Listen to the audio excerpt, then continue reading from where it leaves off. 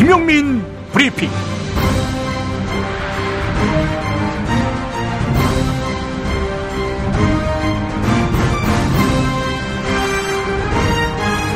(2016년 11월 10일) 목요일에 인사드립니다. 박근혜 최순실 게이트로 어수선한 전국 속에 미국 대선이 메가톤급 이슈로 부상했습니다. 혁명적인 변화를 원한다며 선택한 것이 트럼프다? 전혀 납득할 수 없습니다. 트럼프 선택은 명백한 미국인의 오판입니다. 경제성장 신화에 젖어 철학도 능력도 결여된 독재자 혈육에게 국가 권력을 맡겼던 4년 전부터, 아니 경제성장 신화에 젖어 도덕성이 결여된 희대의 사기꾼에게 국가 권력을 맡겼던 9년 전부터 혹독하게 그 대가를 치르고 있는 우리 대한민국 국민 아닙니까? 이번 결과에 실소를 금할 수가 없습니다. 확신 있게 예견합니다. 미국을 미국민만의 나라로 바꾸겠다며 혐오와 차별을 앞세워 당선된 부패한 트럼프. 이 사람의 당선으로 미국은 제2차 세계대전 이후 세계의 경찰을 자임하며 위세를 떨었던 초강대국의 지위를 잃게 될 것입니다. 그동안 미국백만 믿고 등 뒤에서 형님하던 한국의 운명도 오늘자 조선일보 사설 제목처럼 미국이 우리를 지켜주지 않는 상황에 대비해야 할 위기에 놓였습니다. 일전에 한반도에서의 전쟁 가능성에 대해 묻는 기자 질문에 트럼프는 그건 참 끔찍한 일이다. 잘해보라. 행운을 빈다. 이렇게 답한 바 있었지요. 대한민국은 이제 원하건 원치 않건 정치부터 경제, 외교, 국방 전 분야에 걸쳐 미국과의 관계를 재설정해야 할 처지입니다. 악명 높은 독재자이것만 어느 한편에 기울지 않아 미국과 중국의 추파를 받는 필리핀 두테르테처럼 확고한 정체성과 선명한 노선을 갖고 강대국 틈바구니에서 입지를 세워야 할 것입니다. 그렇다면 군사 주권을 미국에게 상납한 이 기막힌 현실부터 개선해야 합니다. 또 있습니다. 지금 망령처럼 떠도는 논리가 있지요. 박근혜 씨가 국정 운영을 잘못했으니 내치는 국회가 정한 총리에게 맡기고 박근혜 씨는 외치에만 전념하게 하자. 이런 어처구니 없는 주장 말입니다. 외치는 아무나 해도 된다. 이런 인식 체계에서 나온 것이지요. 트럼프 당선은 국난의 상황입니다. 미국을 추종하고 의존하는 것 말고는 전략이 없어 무능한 데다 부정부패 스캔들로 이미 국민적 탄핵에 봉착한 박근혜 씨는 헌법적 축출이 불가피합니다. 요컨대 즉각하야 조기 대선만이 답입니다. 시민이 완성합시다. 11월 12일 토요일에 많이 모이면 판을 흔들 수 있습니다. 김용민 브리핑 함께하고 계시는데요. 부모와 떨어져 그룹홈에서 생활하고 있는 10살 초등학생에게까지 부모의 체납 보험료를 내라는 독촉장이 온다. 믿어지십니까? 건강보험공단은 법대로 했으니 문제가 될 것 없다. 이런 입장입니다. 제69조 5항 세대 단위 보험료 부과, 제77조 2항 연대 납부의 의무 때문이라는데 10살 초등학생에게도 건강보험료를 내라 독촉할 수 있는 법이라니 문제가 심각하지요. 아름다운 재단이 이들을 돕고 제도를 개선하기 위해 기초연구를 진행하고 있습니다. 자세한 사항은 아름다운 재단 홈페이지에서 60일의 건강보험증을 살펴봐 주시기 바랍니다. 생활고 때문에 건강보험료를 내지 못한 사람들에게 병원은 사치입니다. 그러나 우린 이미 알고 있습니다. 넘어진 사람은 일으키고 아픈 사람은 치료해줘야 한다는 것을. 당신의 기부가 누군가에겐 건강할 권리를 찾는 소중한 기회가 됩니다. 건강할 권리를 찾기 위한 60일의 건강보험증 캠페인. 검색창에 아름다운 재단을 검색해주세요. 야, 너 홍어 판다 그랬지? 팔지. 근데 홍어가 진짜 그렇게 몸에 좋아? 아니 끝내준다니까. 우리 엄마 관절염인데? 홍어. 나 숙취는? 홍어. 마누라 다이어트는? 홍어. 큰 이모 변비? 홍어. 작은 형 소화불량은? 홍어. 여동생 피부? 홍어. 큰 누나 주름? 홍어. 명절 때 선물은? 홍어라니까. 근데 비싸지? 별나 싸고 열나 맛있는 홍어가 있다니까. 어디? 알싸한 홍어. 네이버 검색창에 알싸한 홍어를 검색하시고 1599-6456.com 혹은 1599-6456 전화 주문도 가능합니다. 하나 더, 알싸한 홍어는 진공포장 택배 배송 판매하며 직접 개발한 특제 소스를 서비스로 드립니다. 충남 금산의 넓은 인삼밭, 정성농장을 일군 농부아버지 이정열 씨. 자연은 노력한 만큼 내어준다. 그 자연의 마음을 알기에 정성농장을 더불어 일구는 아들 이성규 씨도 아버지에게 배운 것처럼 정직하고 또 성실하게. 정성농장 홍삼은 인삼 재배부터 가공 판매까지 모두 책임지고 있습니다. 그래서 대한민국 1등 품질을 자부합니다. 검색창에 정성농장 홍삼을 검색해주세요. 정성농장 홍삼. 전화문의는 010-9754-6972. 굶고 뛰고 땀 빼고 다 해봤다. 그래봐야 소용없었다. 다이어트는 결국 먹는 게 문제다! 다이어트 전문 쇼핑몰 비타샵에서 수식가지 동결건조 채소 곡물에다 3가지 단백질, 거기에 효소와 비타민 미네랄을 더해 만든 다이어트 전용 그린 스무디를 추천합니다. 다이어트 전용 그린 스무디, 이걸 어떻게 하는 거죠? 하루 2끼만 맛있고 든든한 비타샵 스무디로 바꿔 드시면 됩니다. 검색창에서 비타샵을 검색해주세요. 이제부터는 관록의 뉴스 해설가 김용민이 오늘 아침 조간신문을 훑어드립니다.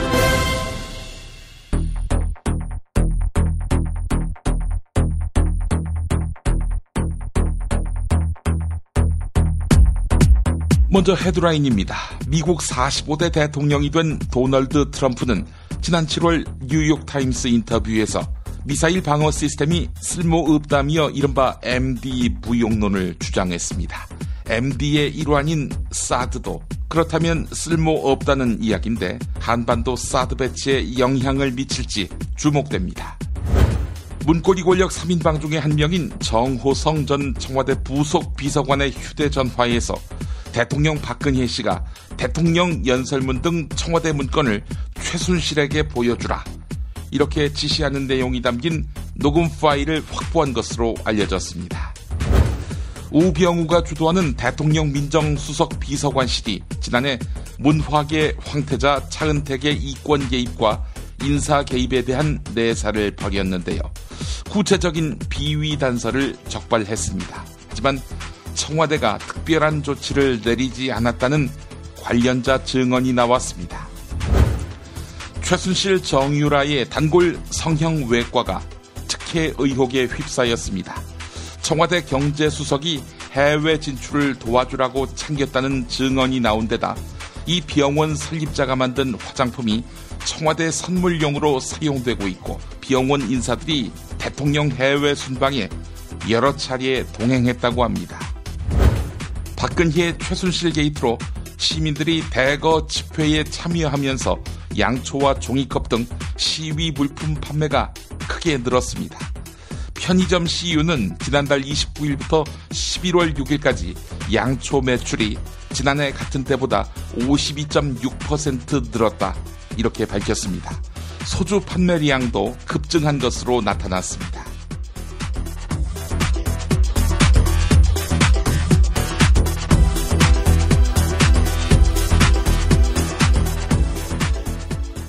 예상을 뒤엎고 도널드 트럼프가 제45대 미국 대통령에 당선됐습니다.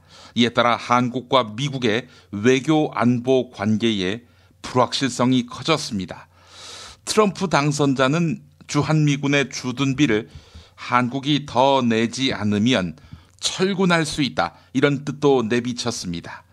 한국이 주한미군 주둔비의 절반만 부담한다는 지적에 100%는 왜 안 되냐, 이렇게 반문한 적이 있었죠. 또한 한미 양국 정부가 속도를 높여온 주한미군 사드 배치의 재검토 여부도 주목 대상입니다. 트럼프는 그동안 북한 미사일 위협에 대처할 미사일 방어 시스템인 MD가, 미사일 디펜스가 실질적으로 쓸모없다며 무용론을 주장해왔습니다.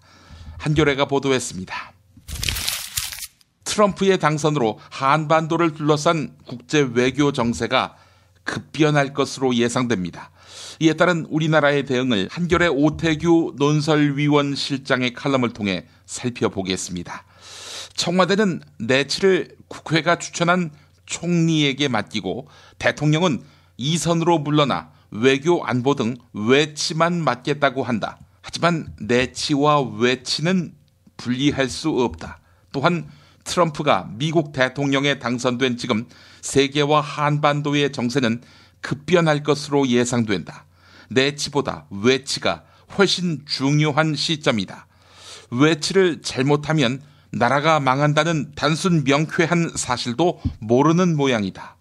박 대통령은 내치의 실패를 자인한 이상 외치도 할 수 없고 따라서 내치도 외치도 모두 할 수 없게 된 만큼 물러나는 것이 순리다. 네, 한겨레 논설위원 실장도 하야를 촉구하고 나섰네요. 대통령 박근혜 씨가 자료를 최순실에게 보여주고 의견을 들어라. 이렇게 말한 녹음 파일을 검찰이 확보했습니다. 정호성 전 청와대 부속 비서관의 휴대전화에서 찾은 건데요. 검찰이 박근혜 씨의 목소리가 담긴 녹음 파일을 제시하니까 정호성 전 비서관은 기밀 누설 혐의를 인정했다고 합니다. 박근혜 씨의 지시로 최순실에게 문건을 전달한 게 맞다. 이렇게 검찰에 진술한 것입니다. 또한 청와대 내부의 사이버 보안 등을 총괄하는 직책은 이재만 전 청와대 비서관이 맡고 있었습니다. 이재만 전 비서관 역시 정호성 전 비서관의 문건 유출과 관련돼 있을 가능성이 높은 겁니다. 조선일보 보도였습니다. 이어서 국민일보 보도입니다. 이재만 전 청와대 총무비서관이 청와대 문건 유출에 관여한 정황이 드러나니까 검찰은 이재만 전 비서관과 안봉근 전 청와대 국정홍보비서관 2명의 자택을 압수수색했습니다. 안봉근 전 비서관 역시 최순실이 청와대 관저를 드나들 수 있도록 차량을 제공했다는 의심을 받고 있기 때문입니다. 또한 검찰이 확보한 최순실의 태블릿 PC에는 정호성, 안봉근, 이재만이 문서 작성 아이디를 공유한 흔적이 발견됐습니다. 최순실은 자신의 논현동 사무실에서 대통령 보고 자료를 놓고 회의를 했습니다. 이 회의는 이른바 논현동 청와대 회의로 불렸습니다. 이 모임을 위해 정호성 전 청와대 부속 비서관은 30cm가량 두께의 대통령 보고 자료를 매번 들고 온 것으로 알려졌습니다. 이에 따라 정호성 전 비서관은 청와대 대외비 문서 등을 외부로 빼낸 혐의로 구속됐습니다. 그런데 이재만 전 청와대 총무비서관도 논현동 청와대 회의에 참석했다는 증언이 나왔습니다. 증언이 사실이라면 이재만 전 비서관 역시 구속 수사를 피하기 어려울 것으로 보입니다. 네, 정의원 회의에게 청와대 문건이 유출됐다. 산더미 같은 자료가 유출됐다. 이런 내사 결과를 조응천, 박관천 라인에서 확인했었죠. 당시 박근혜 씨는 사실이 아니라면서 발뺌했었고요. 네, 조응천, 박관천이 맞았습니다. 서울신문이 보도했습니다. 차은택의 회사로 알려졌던 플레이그라운드의 실소유주가 최순실 소유주네요. 플레이그라운드의 재무이사를 지낸 장순호 씨가 한겨레와의 통화에서 밝힌 내용인데요. 장순호 씨는 최순실과 30년 동안 알고 지낸 사이입니다. 장순호의 증언에 따르면 최순실이 플레이그라운드의 일감을 직접 따왔을 뿐 아니라 임직원 채용과 급여 수준을 결정했다고 합니다. 플레이그라운드는 최순실의 후광을 등에 업고 일감을 쓸어 담았습니다. 설립된 지 불과 6개월여 만에 대통령 해외 순방 문화 사업을 싹쓸이 했으며 대기업 광고도 대거 수주했다는 것입니다. 한겨레가 보도했습니다. 대통령 민정수석실은 지난해 차은택에 대한 내사를 벌여서 구체적인 비리단서를 적발했습니다. 하지만 청와대는 특별한 조치를 내리지 않았습니다. 청와대 주변에서는 민정수석실이 차은택을 내사하기 시작하면서 안종범 전 청와대 정책조정수석과 우병우 전 민정수석 사이에 긴장기류가 조성됐다는 이야기가 흘러나옵니다. 안종범 전 정책조정수석은 미르재단 건으로 차은택과 깊이 연관됐기 때문입니다. 우병우 전 민정수석이 차은택의 비위 사실을 인지하고도 조치를 취하지 않았다면 직무유기 혐의가 적용될 수 있습니다. 만약 대통령 박근혜 씨가 이를 보고받고도 묵살했다면 박근혜 씨의 형사적 책임이 무거워집니다. 동아일보 보도였습니다. K스포츠재단이 롯데그룹에서 70억을 받아냈다가 검찰에 롯데 압수수색 하루 전 되돌려 주었다. 네, 어제 그제 이 소식 전해드렸지요. K스포츠재단 관계자는 안종범 정책조정수석이 롯데에 돈을 돌려주라 이렇게 지시했다고 검찰에 진술했습니다. 안종범 씨가 K스포츠재단의 출연금 모금과 반환에 모두 개입한 셈입니다. 검찰은 안종범 씨가 민정수석실로부터 롯데 수사 정보를 사전에 입수했을 개연성을 수사하고 있습니다. 민정수석실 대빵 누굽니까? 바로 우병우입니다. 국민일보 보도였습니다. 문화체육관광부와 문화융성위원회는 올해 초부터 한식 세계화 사업을 평창 동계올림픽과 연계하는 방향으로 이끌었습니다. 하지만 한식 세계화 사업은 농림축산식품부가 추진해오던 사업이었습니다. 잘 운영하던 사업에 왜 문화체육관광부가 나서는지 이해할 수 없다는 반응이 많았습니다. 그런데 이런 정부의 정책 변화는 최순실과 조카 장시호가 평창올림픽과 관련된 각종 이권 사업을 벌이던 시기와 절묘하게 맞물려 있습니다. 최순실 소유의 더 블루케이는 평창 겨울올림픽에 개막식장, 폐막식장 공사 수주를 시도했습니다. 또한 장시호는 문화체육관광부가 추진 중인 사업을 장악하기 위해 한국동계스포츠영재센터와 스포츠 마케팅 회사인 더 스포츠M을 세웠다는 의혹을 받고 있습니다. 동아일보 보도였습니다. 최순실이 영종도 카지노 사업에 손댔다는 의혹이 불거졌습니다. 영종도 카지노 사업은 문화체육관광부가 의욕적으로 추진한 사업이지만 잡음이 끊이질 않았습니다. 그런데 영종도 카지노 사업에 뛰어들었던 그랜드 코리아 레저는 최순실과 고영태 등이 관련됐다는 의혹을 받고 있는 곳입니다. 문화체육관광부 산하 외국인 전용 카지노 업체인 그랜드 코리아 레저는 현재 사업을 철회한 상태입니다. 또한 세계일보 취재 결과 영종도 카지노 사업 과정에서 그랜드 코리아 레저는 최순실과 접촉했다는 증언이 나왔습니다. 최순실 정유라가 단골로 다니던 유명 성형외과가 특혜 의혹에 휩싸였습니다. 성형외과 원장 김모 씨와 이 병원에서 설립한 화장품 회사 대표 박모 씨가 대통령 해외 순방에 여러 차례 동행했던 것입니다. 또한 이 성형외과의 해외 진출을 청와대가 도왔다는 증언도 나왔습니다. 대통령 박근혜 씨가 김모 원장으로부터 시술을 받았다는 의혹도 제기되고 있습니다. 중앙일보 보도였습니다. 시민단체 청년의사에 따르면 청와대의 특혜를 받은 이 김모 씨, 성형외과 원장 김모 씨는 전문의가 아닌 일반 의사인 것으로 확인됐습니다. 의료계에 따르면 김 원장은 전문의 자격을 취득하지 않은 일반 의사로 이 병원도 성형외과 의원이 아닌 일반 의원으로 개설 신고돼 있습니다. 또한 김 원장이 서울대학교 외래교수로 위촉되는 과정에서도 서울대병원 서창석 병원장의 압력이 있었다는 의혹이 제기됐습니다. 서울대병원 서창석 원장, 대통령 박근혜 씨의 주치의를 맡았다가 서울대 병원장으로 사실상 영전했지요. 이어서 한국일보 보도입니다. 김 원장은 과거 형사처벌을 받은 전력이 있고 의료사고로 손해배상 판결을 받기도 했습니다. 김 원장은 2001년 개그우먼 이모 씨와 함께 사업을 진행하다가 이해가 엇갈리게 됐습니다. 그러자 김 원장 부부는 개그우먼 이모 씨의 진료 기록을 언론에 공개하고 이모 씨가 자신들을 협박했다는 허위 사실도 퍼뜨렸습니다. 이로 인해 김 원장 부부는 법원으로부터 벌금과 손해배상 판결을 받았습니다. 이후 2003년 김 원장 가족은 최순실 일가처럼 이름을 바꿨습니다. 한편 김 원장은 2012년 의료사고를 저질러 손해배상 판결을 받기도 했습니다. 편의점 CU는 지난달 29일부터 11월 6일까지 양초 매출이 지난해 같은 기간보다 50% 이상 늘었다. 이렇게 밝혔습니다.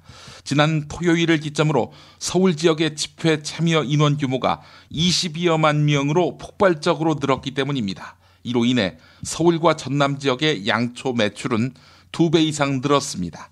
울산과 대구도 50% 가까이 양초 판매량이 늘었습니다. 양초와 함께 쓰이는 종이컵 매출도 지난해 같은 기간보다 30% 넘게 증가했다고 합니다. 다른 기사를 보니까 소주 판매량도 최근 급증했다고 합니다. 술의 힘을 빌리지 않고서는 무당 정권 감당하기 힘들지요. 국민으로서 말입니다. 한겨레가 보도했습니다. 미국 장사랑! 구렁이똥 이뻤다. 장이 살아야 내 몸이 산다. 배변 활동에 도움을 주는 건강기능식품입니다. 미궁 장사랑. 지금 검색창에 미궁 장사랑을 검색하세요. 정권교체를 함께 염원하는 판촉물 쇼핑몰 네피알. 기념품, 답례품, 기왕이면 네피알로 인터넷 검색창에 입력하시거나 032-519-4800으로 전화하세요. 카카오톡 아이디는 네피알. 일산 라페스타에 있는 풍무 양고기, 즉석에서 숯불에 구워먹는 양갈비하고 양꼬치, 이거 맛보시면 다른 걸 찾지 않아요. 못하냐 시방, 빨리 예약들 안 하고 031-902-9292. 수아비스랩닷컴에서 한 달간 오픈 기념 행사로 100% 페이백 행사를 진행합니다. 구매한 가격만큼 그대로 현금으로 돌려주는 100% 페이백. 부담 없이 수아비스 화장품의 효과를 확인하세요.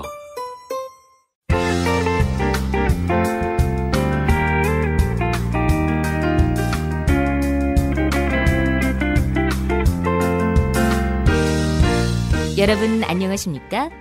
지금부터 전국 16개 시도교육청과 무관한 2016학년도 뉴스 듣기 능력평가를 시작하겠습니다. 가정이나 사무실 차량 안에 계시는 애청자 여러분께서는 팟캐스트의 음량을 알맞게 조절해 주시고 답안을 작성해 주시기 바랍니다. 모든 문제는 한 번씩만 들려드리니 잘 듣고 지시에 따라 물음에 답하시기 바랍니다. 이제 시작하겠습니다. 대화를 듣고 남자의 마지막 말에 대한 여자의 응답으로 가장 적절한 것을 고르시오. 카카, 큰일 났습니다. 뭐가 또 큰일 났어요? 여성 대통령의 끝을 보려면 한국의 여성 대통령을 보라. 이렇게 트럼프가 말했다는 설, 이게 낭설로 확인됐는데 알고 보니까 실제로 했던 말이라고 합니까? 그게 아닙니다. 한미 FTA를 파기하는 것은 물론 미국에 수출하는 한국 제품에 대한 보복적 수입 관세를 부과하고 우리를 환율 조작국으로 지정하는 것과 같은 대대적인 무역 제재 조치가 예상됩니다.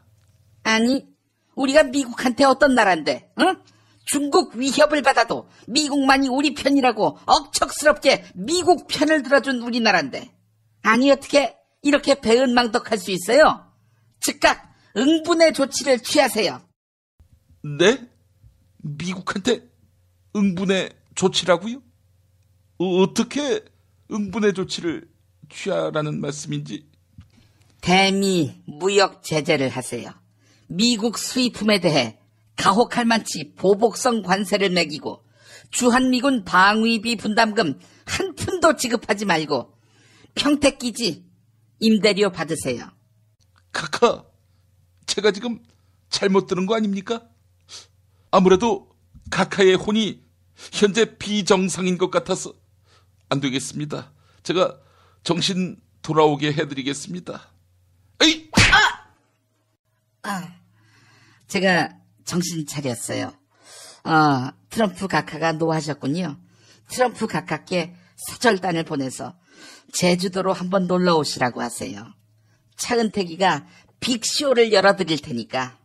카카, 시코, 다음 침공은 어디? 이런 미국 사회의 이면을 까발리는 다큐멘터리로 유명한 이 영화감독 아십니까? 이 영화감독이 일찌감치 트럼프의 당선을 예측했습니다. 이 감독 이름 아십니까? 알지?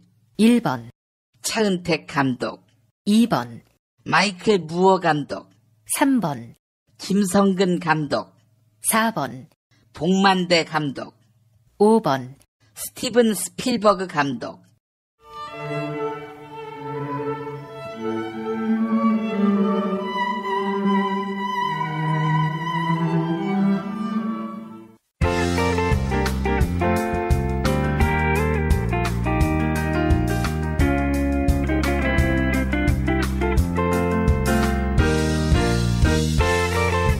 수고하셨습니다.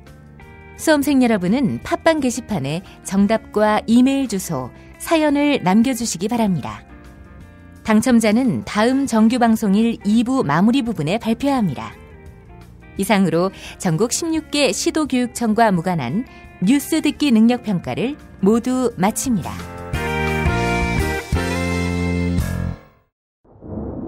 장준하의 생을 대신 자라서 죽어 있었고 정태일 등등 타지 못한 생을, 그 젊은 생은 대신 피로 살아주는 길밖에 남은 길이 없습니다.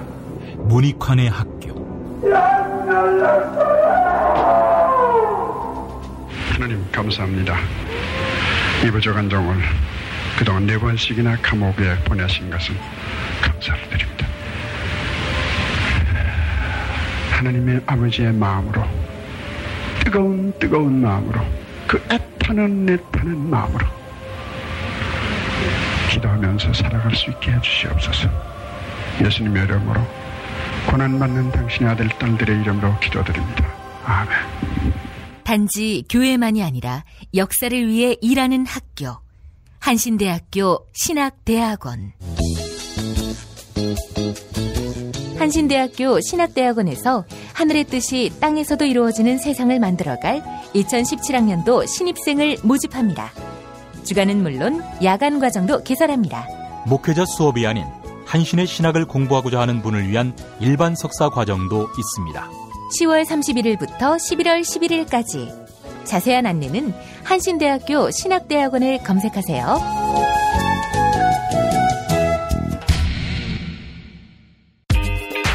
자기야, 매트리스 고르기 너무 힘들어. 대한민국 최초 매트리스 멀티샵 매트리스엠 몰라?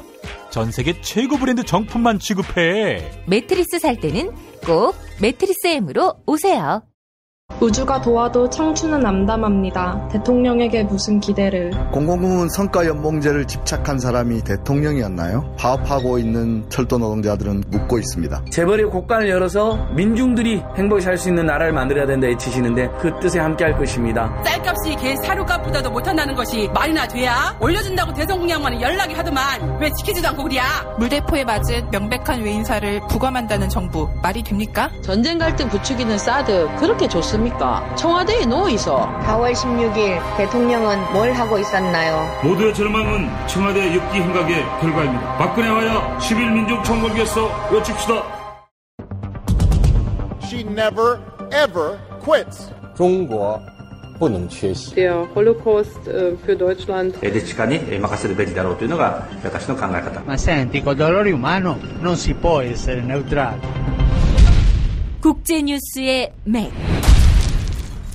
한반도와 국제 문제를 전문적으로 취재하는 황준호 기자 만나겠습니다. 황 기자님. 예, 안녕하십니까? 예, 어제 2부에서 트럼프 당선 소식을 전해 주셨는데 심층적으로 분석해 보지요.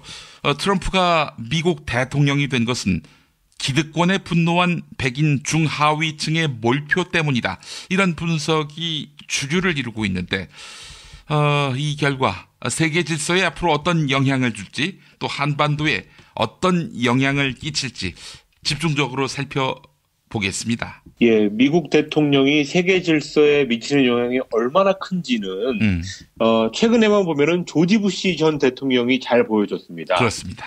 9.11 테러 후에 테러와의 전쟁이라는 미명하에 전 세계를 벌집처럼 쑤셔놨었죠. 예. 그래서 지금 시리아나 이라크에서 나타나는 IS의 발호 이런 것들이 거슬러 올라가면 부시 시절의 네오콘들의 강경 정책 여기에 다 뿌리가 다 있습니다. 예. 뭐 한반도도 마찬가지고요. 그만큼 미국 대통령의 대외 정책이 중요하기 때문에 뭐 우리한테도 투표용지 반 쪽은 줘야 되지 않냐 뭐 이런 우스갯소리까지 그런 나오는 그런 상황이죠. 예, 우리한테도 투표권 이게 하나라면 한 2분의 1만이라도 줘야 한다 이런 얘기죠. 예. 예. 자, 트럼프 시대의 가장 큰 변화 아무래도 경제 분야겠죠. 예, 미국이 자국의 산업을 보호하는 보호무역주의를 펴면서 국제무역구조 그리고 경제구조 이런 것들이 크게 바뀔 걸로 보입니다. 예. 트럼프의 정책은 뭐 전체적으로 약간 설익었고 짜임새가 별로 없기 때문에 대통령이 취임한 후에는 어떻게 바뀔지는 현재로서는 예상하기가 힘듭니다. 그렇지만 보호무역을 하겠다라는 입장은 가장 일관되게 주장해 왔었고 바로 그 공약 때문에 앵그리 화이트들 그 분노한 백인 중하위층들의 표를 끌어모았기 때문에 4년 뒤에 재선을 하기 위해서라도 강력한 의지를 가지고 그 보호무역 정책을 펼 걸로 보입니다. 그렇군요. 우리에겐 참 비극적인 상황인데 자 그렇다면 구체적으로 어떤 정책으로서 트럼프 이즘이 드러나게 될지 이것도 한번 좀 짚어주시겠습니까? 예, 환태평양 경제 동반자 협정 TPP라고 하죠. 예. 이 TPP의 의회 비준 신청을 걷어들이는 게 우선 꼽히고 있습니다. 예. TPP는 환태평양 국가들 사이의 자유무역 협정 FTA이고, 근데 그 참여 국가들 중에서 미국과 일본의 경제 규모가 가장 크기 때문에 사실상 미일 FTA다라는 별칭이 붙어 있습니다. 그렇지만 FTA를 맺어 왔기 때문에 미국의 공장들이 외국으로 빠져나갔고 그래서 백인 노동자들이 일자리를 잃었다라는 논리를 트럼프가 가지고 있어서 예. 이 TPP를 우선 무산시키려 할 걸로 예상이 됩니다. 예. 그 외에 나프타라고 불리는 북미 자유무역 협정, 미국, 캐나다, 멕시코 이 세 나라 사이의 FTA를 비롯해서 한미 FTA 같은 것도 미국에 유리한 쪽으로 다시 뜯어고치겠다라고 공언을 해왔습니다. 예. 그런데 환태평양 경제 동반자 협정 TPP 이거는 중국을 포위하는 경제동맹의 성격이 있는데 그걸 안 한다. 그러면 중국 입장에서 좋은 거 아닙니까? 예, TPP를 안 한다는 것 그 하나만을 볼 때는 중국 입장에서 상당히 유리한, 환영할 만한 일입니다. 예. 그렇지만 그런 긍정적인 효과를 일거에 날려버릴 수 있는 싸움이 지금 미중 사이에 기다리고 있습니다. 트럼프가 중국산 수입 물품에다가 45%의 엄청난 관세를 매기겠다라고 약속을 했기 때문입니다. 만약 이 45%가 정말로 현실이 된다면 중국에서 미국으로 가는 수입의 약 87%가 감소할 거라고 일본계의 다이와 증권이라는 곳에서 전망을 한 바 있습니다. 예를 들어서 100만 원짜리 제품에다가 45만 원을 더 붙인다는 거 아닙니까? 그렇습니다. 사실 10%만 관세를 더 매겨도 충격파가 매우 클 텐데 무려 45%. 야, 이건 뭐 난리네요. 미국이 만약에 중국산 제품에 관세를 매기면 지금 현재 미국 최대 채권국인 중국이 자기네 돈을 회수하는 쪽으로 갈 거고 또 미국 내 소비자 물가가 올라갈 수밖에 없기 때문에 미국 입장에서는 이거 사실 섣불리 할 수가 없습니다. 예. 그렇지만 어쨌든 선거 기간에 트럼프가 약속을 굉장히 세게 한 거라서 예. 뭐 45%까지는 아니더라도 적어도 몇 %는 올려야 될 것 같습니다. 예. 또 중국을 환율 조작국으로 지정한다거나 아니면 뭐 지적재산권 문제 이런 데에서 시비를 걸어오면은 부정적인 영향이 없을 수가 없습니다. 예. 그런데 이 여파는 중국뿐만 아니라 중국과 경제 관계를 맺고 있는 수많은 나라들한테 안 좋은 영향이 미칠 수밖에 없습니다. 이거 우리가 중국에 경제적으로 의존하는 바가 큰데 당연히 우리 산업도 영향을 받겠군요. 예, 특히 한국의 중간재 수출이 타격을 크게 입을 걸로 예상되고 있습니다. 중국에서 미국으로 수출하는 물건 중에는 한국에서 수입한 중간재를 가지고 중국이 조립해서 미국으로 파는 그런 경우가 상당히 많다고 합니다. 그런데 트럼프가 보호무역을 밀어붙여서 미중 관계가 나빠지고 또 중국의 대미국 수출이 타격을 받으면은 그런 한국의 중간재 수출도 쪼그라들 수밖에 없습니다. 그래서 한미 FTA를 고쳐가지고 직접적으로 우리가 받는 피해 이런 것들이 생길 텐데 그것보다 중국을 거쳐서 미국으로 가는 물품들 여기가 더 타격을 많이 받을 거라는 예상이 나오고 있습니다. 그렇군요. 보호무역주의. 네, 이거 뭐 사실 지금 예견되는 것도 이 정도 파장인데 연쇄적인 효과까지 생각하면은 뭐 이 폐해, 영향력 엄청날 것 같습니다. 그렇습니다. 조금 근본적으로 얘기하자면 과거에 미국이 주도하는 그런 보호무역주의 때문에 2차 세계대전이 일어났다라는 분석이 있을 정도로 미국의 무역정책은 세계적인 이슈가 됩니다. 예. 그런데 트럼프가 중국과의 관계뿐만 아니라 뭐 한국, 일본, 유럽, 중남미 이런 교역들도 다 손을 볼 거기 때문에 예. 국제 질서가 지금보다 훨씬 더 위태로워지지 않겠나 하는 어두운 전망이 계속 나오고 있습니다. 예. 한반도에 미치는 영향 이야기해 보겠습니다. 한미 FTA 손보겠다는 것도 있었지만 주한미군 주둔 비용을 한국이 다 내도록 하겠다. 이런 공약이 가장 눈에 띄었는데 아니 지금도 엄청나게 우리가 주둔 비용을 분담하고 있지 않습니까? 그렇습니다. 트럼프는 한국, 일본, 사우디 이런 동맹국들이 미국의 군사력에 무임승차를 하고 있다. 이런 말을 계속 해왔습니다. 예. 그래서 주한미군 방위비 분담금은 현재는 지금 두 나라가 대충 한 반반씩 내고 있는데 예. 앞으로는 더 내라고 할 가능성이 굉장히 높습니다.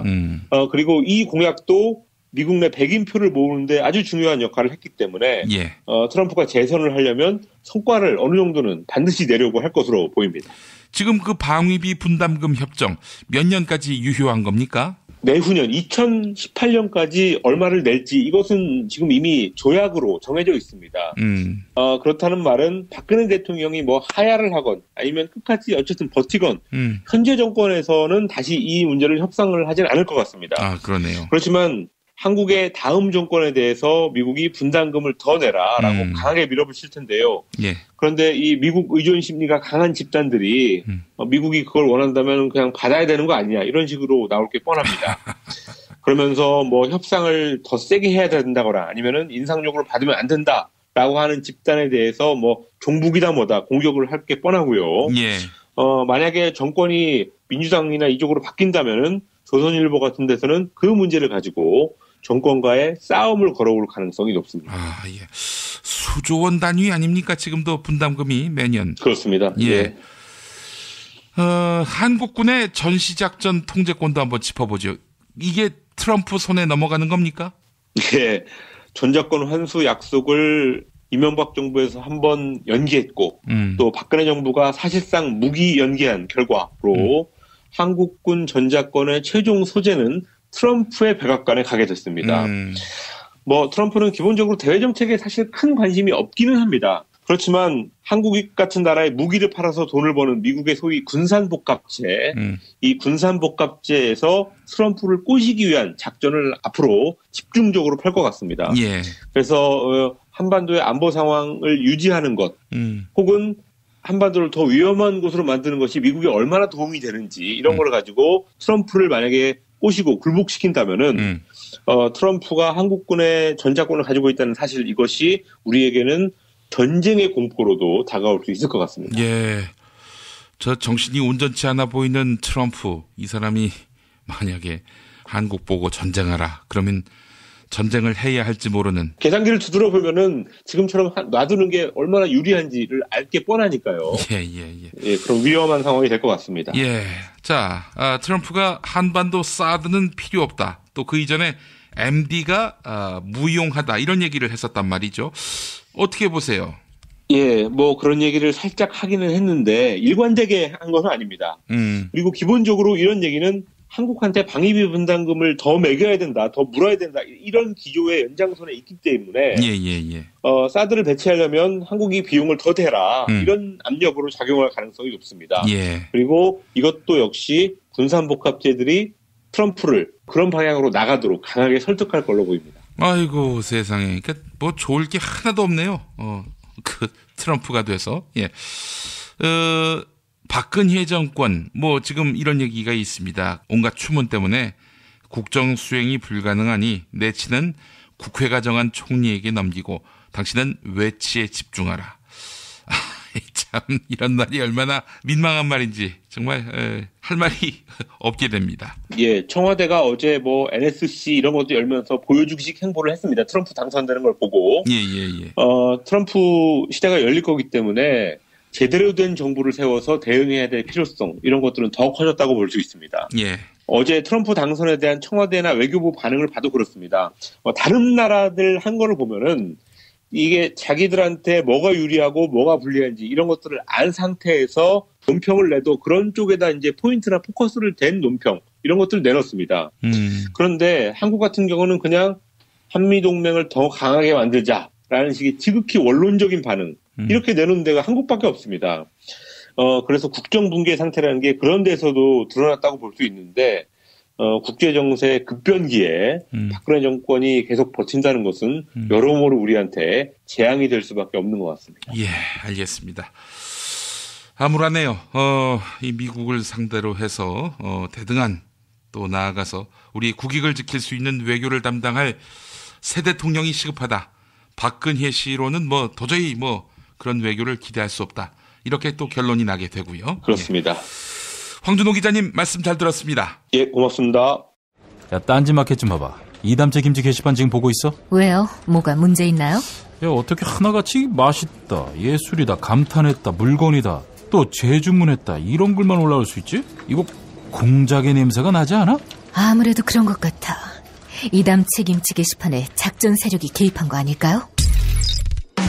그럴 리가요. 이담채 김치는 맛있는 김치 말고는 따로 자랑할 게 없습니다. 드셔보시고 판단하세요. 포털 사이트에서 이담채 김치. 주문 전화는 1544-4586. 1544-4586.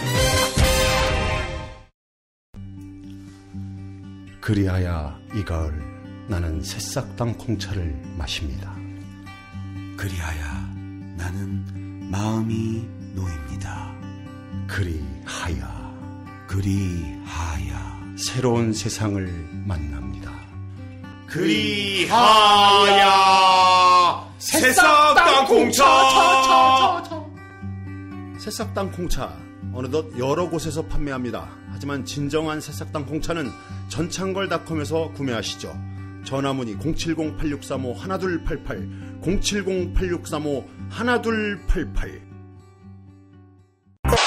공화국 참치 논평. 구이동 대양 참치를 맛보지 못한 국민 여러분은 진정한 참치 맛을 보기 위한 강도 높은 중대 조치를 취하실 계획을 표명하시고 곧장 구이동으로 달려오시기 바란다. 참치에 대한 체질적인 거부감과 적개심을 노골적으로 드러내는 분도 구이동 대양 참치에 오시면 추호도 용납할 수 없는 포악무도한 폭식 행위를 자행할 것이다. 구이동 대양 참치. 월요일 참치데이 이벤트, 화요일 참치머리 서비스로 함께합니다. 주차장 걱정 마시고요. 대중교통은 서울 지하철 2호선 구의역 2번 출구에서 5분 거리입니다. 대양 참치 구의정 02-455-8087. 어머나, 내가 이렇게 작아졌어? 네, 메이드 바이어스에서는 환상이 현실이 됩니다. 3D 실물 피규어 그리고 수공예품을 제작해드리는 전문 쇼핑몰 메이드 바이어스. 사진만 보내주세요. 나만의 피규어를 제작해드립니다. 갖고 싶고 선물하고픈 나만의 수공예품을 만들어드립니다. 메이드 바이어스 판매금의 1%는 아름다운 사회를 만드는 데 기부합니다.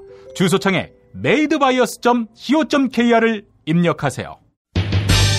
하루 두 차례 대한민국과 지구촌의 오늘을 정직하게 비춰드립니다. 권력이 진실을 압도하는 세상. 김용민 브리핑은 작은 희망의 불씨가 되겠습니다. 민중의 소리 이완배 기자와 함께하는 경제의 속살. 이완배 기자 만나겠습니다. 이완배 기자님. 네, 안녕하십니까. 예. 철도 파업 끝장 협상 자정이면 종료가 됩니까? 네, 그렇습니다. 원래는 이제 트럼프라는 괴물 당선으로 하루 종일 좀 어수선한 날이었죠. 그런데 이 와중에 제가 좀 뜬금없는 뉴스를 첫 뉴스로 골라서 의아해 하실 것 같긴 한데요. 트럼프 이야기는 두 번째 뉴스에서 다루겠습니다. 제가 이 철도 파업 뉴스를 처음으로 고른 건 청취자분들께서는 조금 뜬금없다고 생각하실 수 있겠지만 저는 이 파업이 정말 한국 사회에서 중요한 의미를 가진다고 생각을 합니다. 지금 이제 이 뉴스를 청취자분들께서는 목요일 오전 이후에 들으실 테고요. 저하고 김영민 PD님이 녹음을 하는 시간이 지금 수요일 밤 11시죠. 그러니까 수요일 자정, 지금 녹음을 하는 시간을 기준으로 하면 1시간이 남았습니다. 이 1시간 안에 노사양 쪽이 이제 끝장 협상을 마무리를 하게 됩니다. 그러니까 저희는 지금 그 결과를 아직 받지 못한 상태에서 녹음을 하고 있는 건데요. 다만 내일 오전에는 청취자분들께서는 결과를 들으신 상태에서 방송을 들으실 수 있을 것 같습니다. 이 끝장 협상은 7일부터 시작이 됐습니다. 아시는 대로 지금 철도 파업이 무려 40일을 넘어서면서 사상 최장 파업을 기록을 깨고 있는 건데요. 그동안 사측 자세를 보면 노조의 협상 요구를 정말로 거들떠보지도 않았습니다. 그러니까 파업 노동자들을 피를 말려 죽이겠다는 기세였거든요. 그랬죠. 근데 참 웃긴 게 이게 정치 상황이 좀 바뀌니까요. 이 코레일 사측이 슬쩍 꼬리를 내린 겁니다. 그러니까 7일 오전에 7일이면 월요일이죠. 그러니까 지난 주말에 20만 명이 모인 시민혁명의 조짐을 코레일 사측이 본 이후죠. 그래서 7일 오전 9시 30분에 경영진이 그동안 노동조합이 진짜 줄기차게 교섭하자고 요구를 했었는데 그걸 그제서야 받아들여요. 그래서 7일 오후 2시부터 9일 자정까지 약 3일 동안 끝장 협상, 이제 정식 이름은 성과연봉제 관련 장기 파업 사태 해결을 위한 집중교섭, 이걸 열기로 하는 겁니다. 이게 그동안 이 교섭에 관한 한 사측이 얼마나 무성의했느냐를 드러내주는 지표가 있습니다. 이번 교섭이 5월 27일이에요. 무려 5월 27일입니다. 이때 2차 본교섭을 했었는데 중단된 지 164일 만에 벌어지는 교섭입니다. 164일 동안 코레일 사측은 교섭을 할 의지가 눈꽃만큼도 없었던 거예요. 정권이 밀어붙이는 성과연봉제니까 그냥 배짱 두둑히 갖고 노동자들 다 죽든 말든 이러고 있었던 겁니다. 그러다가 이제 지난 주말에 시민들의 분위기가 심상치 않으니까 이제 교섭 테이블에 앉은 건데요.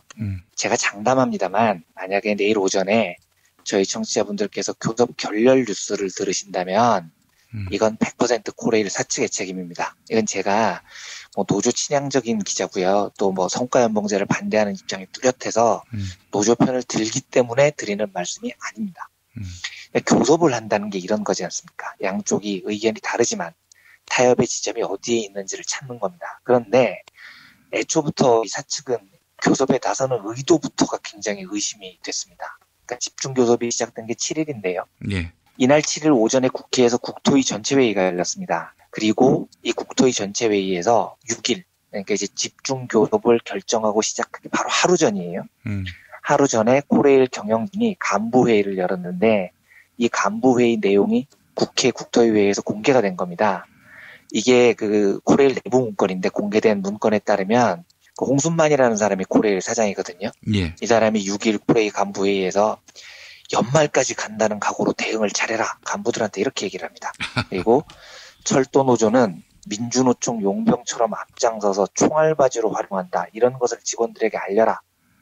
노조는 파업을 해도 안 되는구나 하게 직원들이 느끼도록 6개월 안정화 대책에 만전을 다해라. 이런 발언을 했다는 겁니다. 그러니까 이게 집중교섭에 나서는 바로 하루 전이에요. 하루 전에 사측이 모여서 노조는 파업을 해도 안 되는구나 하고 직원들이 느끼도록 하라고 사장이 지시를 하고요. 연말까지 간다는 각오로 대응을 잘해라. 이렇게 사장이 말을 했다는 겁니다. 다음날 끝장교섭에 나서는 사람들이요. 이게 협상을 하는 사람의 태도가 아니죠. 이미 협상 테이블에 나가는 건 그냥 폼으로 나가는 겁니다. 마음속으로는 연말까지 끌고 갈 생각이 있었던 거예요. 그런데 민심이 하도 험악하니까 교섭하는 척 하겠다. 이러는 거하고 뭐가 다릅니까? 그러니까 이건 제가 노조 편을 들기 때문에 그런 말이 아닙니다. 기본 자세가요. 사측은 협상을 안 하겠다는 거였습니다. 그래서 만약에 오늘 오전에 저희 청취자분들이 교섭 결렬 소식을 들으신다면 제가 그 책임은 100% 사측에 있다고 얘기를 하는 게 사실이라는 걸 믿어주십시오. 사실입니다. 얘네들은 교섭을 생쇼로 하고 있었다는 이야기입니다. 심지어 7일 국토위에서 여당 의원이라고 하더라고요. 전 처음 듣는 분인데 함진규 의원? 이분도 어떻게 발언을 하냐면 코레일 사측이 불평등한 갈등을 유발하는 말은 좀 어디서든 자제해줬으면 한다. 이렇게 말을 했다고 합니다. 그리고 너무 강경일변도로만 가지 말고 노조와 좀 끊임없이 대화를 했어야 됐다라고 새누리당 의원이 지적을 했대요. 그러니까 이게 옆에서 보기에 얼마나 홍순만 사장하고 코레일 사측이 막무가내였다는 얘기겠습니까? 네. 홍순만 사장은 연말까지 끌고 갈 각오로 지금 파업을 대하는 모양인데 저는 이걸 보면서 그러니까 국민을 볼모로 국민을 불편을 몰아놓고 이렇게 하는 게 지금 노조인지 홍순만 사장인지 명백해지는 대목입니다. 네. 그래서 그러니까 내일 협상을 할 사람이 오늘 모여서 협상은 쇼다, 연말까지 끌고 간다, 이 지랄을 해대는데 이 협상이 제대로 될 리가 없는 거죠. 그러니까 이 사정이 이러니까 이 옆에서 지켜보는 사람들이 얼마나 열이 받겠습니까? 제3자인 저도 뚜껑이 확 열리는데요. 그래서 그 8일 대전 코레일 본사 앞에서 공공성 강화와 공공부문 성과 퇴출제 저지 시민사회 공동행동, 보통 이제 시민행동이라고 많이 부르는 시민단체죠. 이분들이 기자회견을 열었습니다. 그래서 뭐라고 얘기를 하냐면 정확하게 얘기를 해요. 장기 파업의 책임은 홍순만 사장 등 경영진에 있다. 해결할 의지가 없다면 시민 안전을 위해 스스로 물러나는 것이 도리다.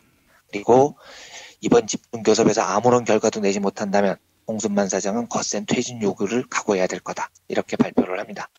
이 절차적 문제를 보면 지금 이렇습니다. 그러니까 파업의 협상에서 사측이 정말로 무성의하게 심지어 연말까지를 전제로 하면서 말도 안 되는 협상을 하고 있다는 것을 제가 지금까지 쭉 말씀을 드린 거고요. 이것도 참 가증스러운 일인데 사실은 조금 이 절차적 문제를 넘어서 제가 좀 본질적인 이야기를 하나 하고 싶은 게 있습니다. 이 철도 파업이 어떻게 시작이 된 거냐면 노사가 교섭을 하고 있었어요. 5월 달에요. 그런데 갑자기 교섭 도중에요. 홍순만 사장이 이사회를 개최를 합니다. 그리고 성과연봉제를 일방적으로 도입을 해버린 겁니다. 교섭 도중에요. 이래서 파업이 시작된 겁니다. 그러니까 협상의 룰, 기본적인 신사도 이런 걸 아무것도 안 지킨 거죠. 그러니까 이게 홍순만 사장이나 코레일 경영진은 노조를 뭐 썩은 홍어의 생식기 정도로 알고 있었던 겁니다. 무대포로 막 몰아붙인 거예요. 예. 그런데 이때가 5월 30일이거든요. 그럼 이제 우리가 상상을 해봐야 됩니다. 5월 30일이면 최순실이라는 사람이 서슬시퍼렇게 살아있을 때지 않습니까? 예. 그리고 지금 우리가 하는 합리적인 의심이잖아요. 쉬운해고를 비롯한 4대 노동학법, 쉬운해고 도입 이런 것들이 재벌들이 최순실한테 돈을 꽂아주고 그 대가로 최순실이 친재벌, 친민영화 정책을 박근혜한테 종용했다. 이게 지금 국민들이 가지고 있는 합리적인 의심이지 않습니까? 그렇다면 5월에 홍순만 사장이 저런 배짱을 부릴 수 있었다는 건 저는 제 의심이지만 5월이면 4월 총선이 지난 지 얼마 안 됐을 때입니다. 야당 눈치도 봤어야 해요. 그런데 홍순만 사장이 노사 교섭 중간에 뛰쳐나가지고 이사회를 열어서 저렇게 이 성과연봉제를 일방적으로 도입을 했다는 건 최순실의 국정농단하고 저는 무관하다는 생각이 안 듭니다. 뭔가 최순실이 지휘를 했던 그 당시 박근혜 정부에 든든한 어떤 그 확 따버린 말이 있지 않으면 저렇게 무대포로 나갈 수가 없었다는 거죠. 그렇다면 지금 우리 국민들이 의심을 하는 건 최순실이라는 무당한테 나라가 뒤흔들었다는 건데 그러면 무당이 결정한 것으로 의심되는 국가 정책의 어떤 정당성을 갖느냐는 겁니다. 근본적으로요. 예. 그러니까 저는 이번 집중교섭 결과가 내일 오전에 나올 텐데요. 성과연봉제 원천 봉쇄됐다. 절대로 하지 않는다. 이런 결론이 나오면 물론 좋습니다. 좋은데 그렇게까지는 기대하지 않습니다. 원칙적으로 최선은 이거예요. 노사 양측이 법을 지키는 겁니다. 예, 법에는 어떻게 돼 있냐면 임금 체계를 변경할 때는 노사가 합의를 해야 된다는 게 법에 나와 있습니다. 그런데 지금 코레일 사측은 이걸 어기고 이사회 결의만으로 지금 성과연봉제를 도입하려고 하기 때문에 이 사단이 난 거예요. 그러니까 이번 집중교섭에서 노사 양측은 뭐 복잡한 얘기하지 말고요. 그냥 법에 따라서 임금 체계를 변경할 때는 노사 합의를 거친다. 이 상식적인 합의 하나만 하면 되는 겁니다. 그런데 보다 근본적으로 돌아가면요. 저는 이 성과연봉제라는 이야기 자체를 완전히 제로 베이스로 돌려야 한다고 생각합니다. 왜냐하면 이게 뭐 저의 합리적인 의심이지만 그 정책은 아무리 봐도요. 최순실이라는 국정농단 세력이 개입했을 가능성이 너무 높아요.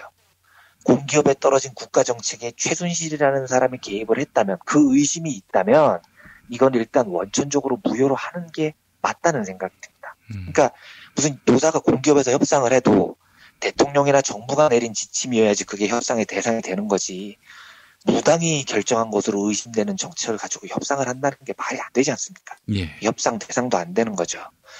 그러니까 최순실이 대통령을 쥐락펴락했을 때 내세운 정부 정책은 전부 다 엎어버리고요. 원점에서 재검토해야 된다라는 게 제 상식입니다. 그래서 저는 이 방송을 들으시는 그 청취자분들께서 10일 오전에 코레일이 이사회 결정을 무효화하고요.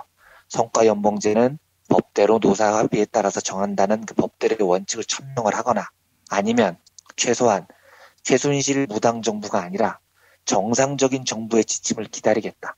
정상적인 정부의 지침이 나올 때까지 성과연봉제 도입을 무기한 연기한다. 그리고 정상적 정부의 상식적 재결정을 기다린다라는 입장만이라도 저는 내놔야 된다고 생각합니다. 국가기관 철도망을 운영하는 공기업인데 뭐 최순실이 만든 정책 가지고 협상을 한다는 게 말이 안 되니까요. 그렇죠. 이게 제가 하여튼 이것 때문에 되게 열이 뻗쳐가지고 막 급하게 말씀을 드렸는데, 이 방송을 들으시는 청취자분들께서, 부디 이 방송을 들으시는 시간에 합리적인 노사교섭 결과가 나왔기를 진심으로 소망합니다. 하지만, 만약에 이번 집중교섭마저도 결렬된다면은요, 코레일하고 홍순만 사장은 진짜 시민사회하고 정면으로 맞짱 뜰 각오를 해야 될 겁니다. 그러니까 뭐 홍순만 사장이 브리핑을 들을 리는 없겠지만, 제가 김재동 씨가 한 명언을 인용하자면, 홍순만 사장, 진짜 이거 감당할 자신이 있습니까? 예, 저는 감당 못할 것 같은데요. 철도 파업이라는 게 공기업 성과연봉제 도입의 시금석 같은 곳인데, 시민사회가 이 철도 파업을 집중교섭마저 망가뜨린 홍순만 사장을 정말 가만 놔두려고 하겠습니까? 감당 못할 겁니다. 예. 그러니까, 홍순만 씨 감당하기 어려운 짓 하지 마시고요. 부디 오늘 오전에 우리 청취자분들이 긍정적인 노사교섭 결과를 들을 수 있도록 집중교섭을 잘 마무리하기를 진심으로 충고합니다. 그런 희망을 가지면서 제가 첫 뉴스로 철도 파업 뉴스를 전해드렸습니다. 예. 하여간 뭐 지금 뭘 하지 말고 그냥 가만히. 그렇죠. 바로 그겁니다. 예. 그게 정답입니다. 지금 김용민 PD님께서 하신 말씀이 정답입니다. 아무것도 안 하고 최순실이 내세운 모든 것들은 덮어버리고 그 이전으로 돌려놓고 이제 정상적인 정부의 판단을 기다려야 되는 때인 거죠, 지금은요. 알겠습니다. 자, 다음 이야기 해보겠습니다. 미국 대선 이야기죠? 네. 어제요. 저도 그 오후에 전화를 여러 통 받았거든요. 예. 근데 오후 2시쯤에 그 증권가 간부분이신데 예. 전화를 하셨어요. 근데 저는 그때 딴 일하고 있었는데 첫 마디가 와 이제 앞으로 어떻게 되는 거야 이러시더라고요. 그래서 제가 그때 정확히 뭐라고 얘기를 했냐면 예. 뭐가요? 제가 이렇게 물어봤습니다. 그러니까 저는 정말 몰랐어요. 무슨 말씀을 하시려는지. 그랬더니 이분이 트럼프가 되는 거잖아요. 이게 큰일이 아니야? 이러시는데 그제야 제가 그렇지 트럼프가 되는 거지. 심각한 문제지 하고 제가 이렇게 뒤늦게 그걸 인지를 한 겁니다. 무슨 말씀이냐면 저는 사실 의외로 트럼프 당선이 그렇게 많이 놀라지 않았더라고요. 제가 어제요. 그러니까 예. 오전에 트럼프 당선 유력 뉴스를 분명히 봤는데도 저는 태연히 제 할 일을 계속 했거든요. 점심도 맛있게 먹고 오후에도 별로 의식을 안 했어요. 제가 그 전화를 듣기 전까지. 그러니까 제가 좀 덜 놀랐다는 거죠. 이유가 뭐냐면 제가 생각을 해보니까 뭐 트럼프 당선을 예상했다 이런 게 아니고요. 제가 브렉시트 때 너무 놀라봤기 때문인 겁니다. 그러니까 저는 진짜 브렉시트 때 정말로 놀랐거든요. 이 일은 절대 일어나지 않을 거라고 저는 장담을 했고요.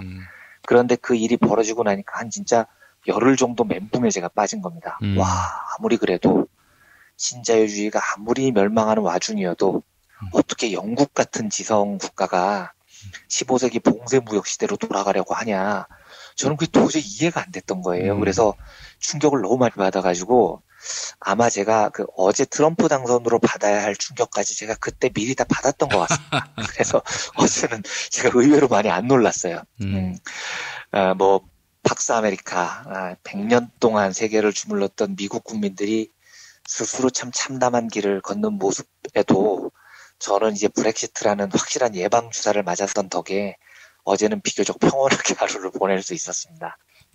경제적으로만 보면은요, 제가 브렉시트 때도 말씀드렸지만 정말 큰 시대 하나가 이제 저물고 있습니다. 아담 스미스의 고전적 자유주의 시대가 1930년 미국 대공황 그리고 세계 1, 2차 대전으로 마무리가 됐죠. 그리고 케인즈가 득세했던 복지의 시대는 1970년대 충격적이었던 5.1 쇼크, 베트남 전쟁, 걸프 전쟁 이렇게 마무리가 됐습니다. 그리고 이제 그 다음부터 시작된 신자유주의는 1980년 레이건 등장 때로부터 보는데요. 2016년에 분명하게 침몰이 돼가고 있는 것 같습니다. 근데 이제 그 경제적으로만 역사를 반출을 해보면 30년에서 한 50년 정도를 이끌었던 큰 시대 하나가 저물 때요.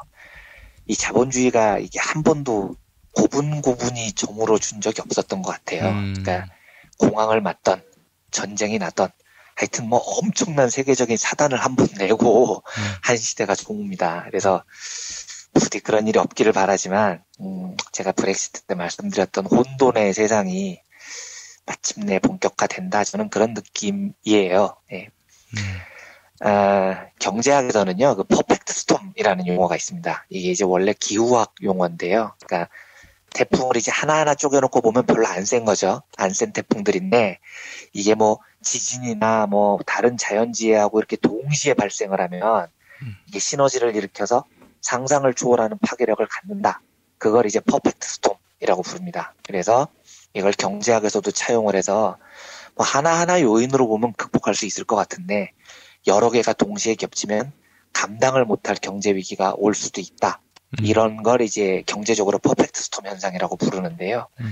지금 뭐 서양 언론들도 그렇고 우리 언론도 그렇고 지금 제일 염려를 하는 건 세계적인 퍼펙트 스톰이 올 것이다. 이런 걱정을 하는 것 같아요.